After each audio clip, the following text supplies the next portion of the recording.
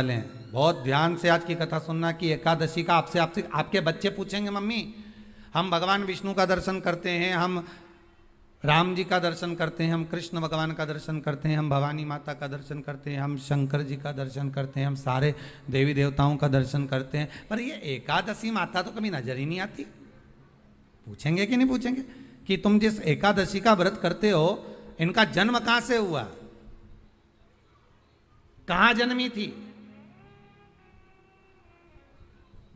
एकादशी की जन्मस्थली कहां है?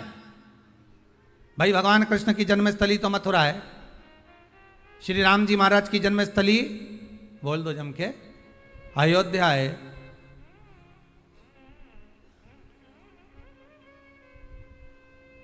कोई आपसे पूछ ले कि एकादशी की जन्मस्थली कहां है तो आधे लोग तो बाल खुजाने में लग जाएंगे कि एकादशी आखिर पैदा कहां हुई थी, जन्म कहां लिया था, इसका जन्म हुआ कहां था, कहां जन्मी थी ये?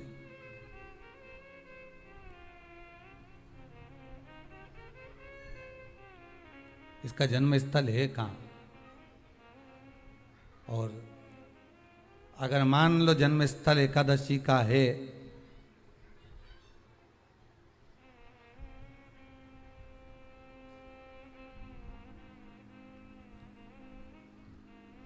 और एकादशी अगर जन्मी है, उसका जन्म हुआ है और दुनिया के लोग इतना व्रत करते हैं, उपवास करते हैं, तो फिर इसका जन्म स्थल कहां होगा? तो कहा इसका जो जन्म स्थल है वो बद्रीनाथ। कहां पर है? बद्रीनाथ। और उस बद्री विशाल में भी एक गुफा जिसका नाम है हेमवती। क्या नाम है? हेमवती। उस गुफा में एकादशी का जन्म स्थल है।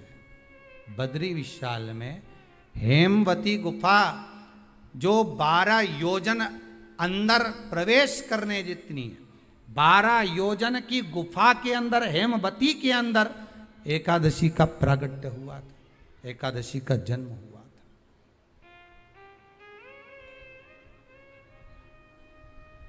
अब तो बता सकते हो ना कि कोई पूछे कि राम जी का जन्म अयोध्या में हुआ, भगवान कृष्ण का जन्म मथुरा में हुआ, और कोई पूछ ले आपका जन्म कहां हुआ था, अपन कह सकते ना सीहोर में हुआ हमारा। और आपसे कोई पूछे कहाँ हुए तो कहीं इंदौर में हुए, कि देवास में हुए, कि भोपाल में हुए, कि मुंबई में हुए, कि पूना में हुए, आपका तो बता दोगे। पर बच्चे आपसे पूछ ले मम्मी तू इतनी एकादशी का व्रत करती है, एकादशी का तू व्रत करती है और सबको करा देती है कि वल्लभ कुल की एकादशी करो, भले बकरी जैसे चरो पर एकादशी करो, और सबको एकादशी कराया, तो कोई पूछ ले कि एकादशी का जन्म कहाँ हुआ था, तो आप कह सकते हो कि बद्री विशाल में, हेमावती में, बद्री विशाल के हेमवती गुफा के अंदर जो 12 योजन की गुफा है, उस गुफा में एकादशी का जन्म हुआ। कब हुआ?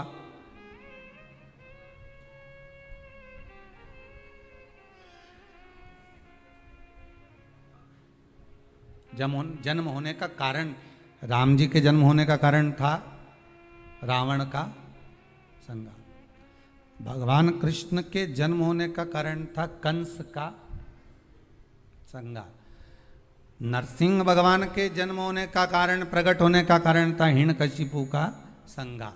वराह भगवान के प्रकट होने का कारण था कि पृथ्वी को जल पर लाकर ठहराना, हिरण्याक्ष का संहार।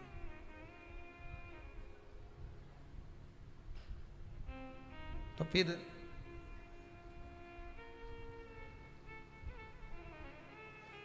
इसके जन्म का कारण क्या है? तो कहा इसके जन्म का केवल एक कारण है।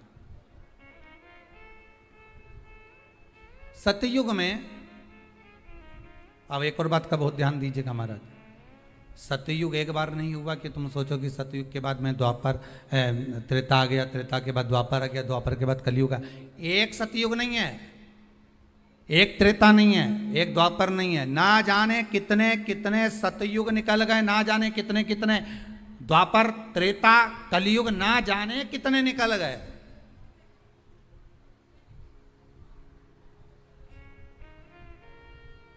और आप और हम जैसे भी इस पृथ्वी पर ना जाने कितने, अरे जम के तो बोलो, निकल गए। पृथ्वी वहीं की वहीं है, जिस मकान में रहते हो वो मकान भी वहीं की वहीं है। बस कभी कभी एकदम प्लाट हो जाता है, फिर उस पर वापस बन जाता है, फिर क्लीन, फिर बन गया, फिर क्लीन, फिर बन गया। ना जाने कितने कितने कितने कितने जन्म हम ले चुके हैं, और हमारे भी आगे का जन्म कितने जन्म होते रहेंगे। जमीन वहीं की वहीं रह जाएगी और अपन चले जाए, बस वो जगह वहीं रह गई। जो पहले परदादा जी की थी, दादाजी को मिल गई, दादाजी की थी, पिताजी को मिल गई, पिताजी की थी, उनके बेटे को मिल गई, उनके बेटे से उनको बेटों को मिल गई। मिलते मिलते मिलते मिलते कब वो जमीन भी बिक गई समय की अवस्था में, फिर दूसरे की हो गई। और हम सोच कर रह गए कि ये हमारा है, हम इसके लिए लड़ाई करें, झगड़ा करें। हम केवल इस जमीन के लिए, जरा सी प्रॉपर्टी के लिए अदालत में खड़े, अपना समय बर्बाद कर दिए और जो पाना था वो छोड़ दिया।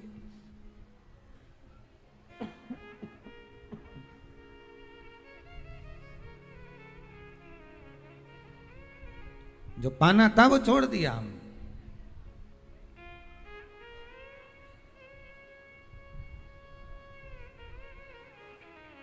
असली रजिस्ट्री तो ये शिव महापुराण की कथा है, जिसमें बैठकर आप 3 घंटा भगवान की भक्ति को जो धारण कर रहे हो, 3 घंटा जो भगवान की कथा को आप श्रवण कर रहे हो, 3 घंटा जो भगवान की भक्ति में आप डूबे हुए हो, 3 घंटा जो भगवत स्मरण में आप लगे हुए हो, बस यही असली रजिस्ट्री है, यही वहाँ काम आने वाली है। इसके सिवाय कुछ काम नहीं आएगा। धन दौलत माल खजाना सब पड़ा की पड़ा रह जाना,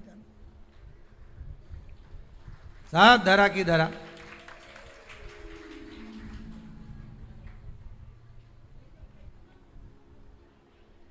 रह गया। वो एक लाइन आप लोग स्मरण करते होंगे, सज धज के जिस दिन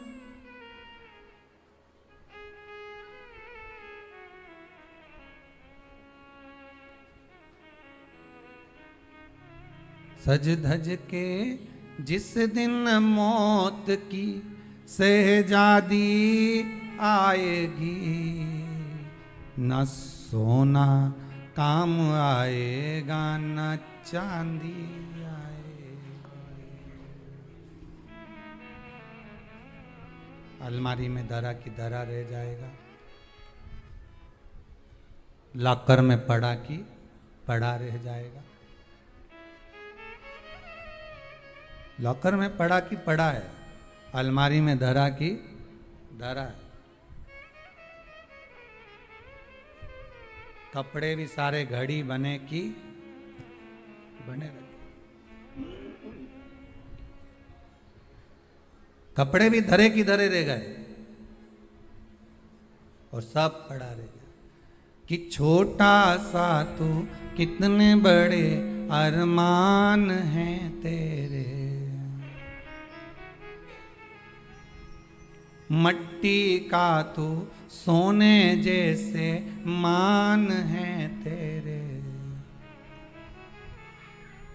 मट्टी की काया एक दिन मट्टी मिल जाएगी, न सोना काम आएगा न चांदी आएगी, न सोना काम आएगा न चांदी आएगी। सज धज के जिस दिन मौत की शहजादी आएगी, ना सोना काम आएगा ना चांदी आएगी, ना सोना काम आएगा ना चांदी आएगी। सब पड़ा रह जाएगा, धरा की धरा रह जाएगा, सब पड़ा की पड़ा रह गया, जीव चला गया।